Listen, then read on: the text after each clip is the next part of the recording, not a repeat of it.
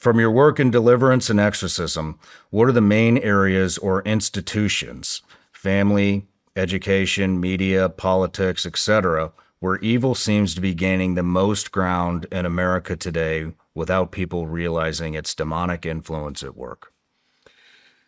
That's a good question. I mean, obviously, we're seeing just on the grand scale, like in politics and stuff like that, we're seeing the diabolic stuff pretty clearly. But the place that they're making the biggest headway is, I should say, if we're talking about a shift that we started noticing about 2 to 3 years ago, where the demons used to not attack and now they're doing a full blown attack, is on good families.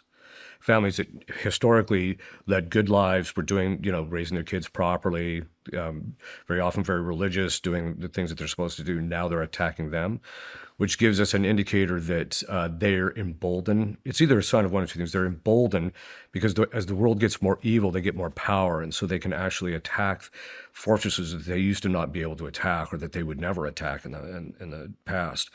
And so we're seeing that it's specifically an attack on the family. So we're seeing a dissolution, where all sorts of different kinds of problems are actually happening within family lives. Usually it goes in the form of one of the children who they've raised their kids properly. All of a sudden their kids just out of the blue just go off the rails, and they can't seem to get too much done with it. Or it's an indicator that they know their time is short, which I think is also true. The demons? Yeah, they know their time is short. They know that God will only tolerate this level of evil that we're seeing in the world for only a certain amount of time. We saw it with the flood. We saw it with the wiping out of Sodom and Gomorrah.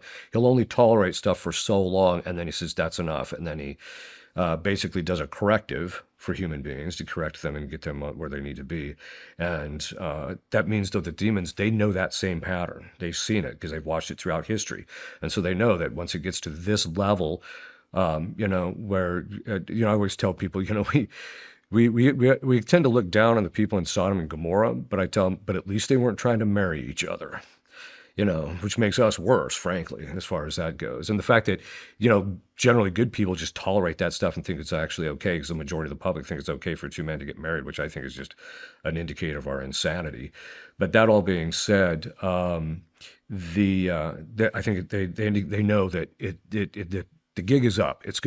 God's gonna intervene at some point, just to do the correction. And so they know the time is short, but then also the amount of power that they actually have. There was a prophecy that Saint Francis of Assisi gave back in the 1200s, and he talked about a time which would come in which the demons would have unusual power.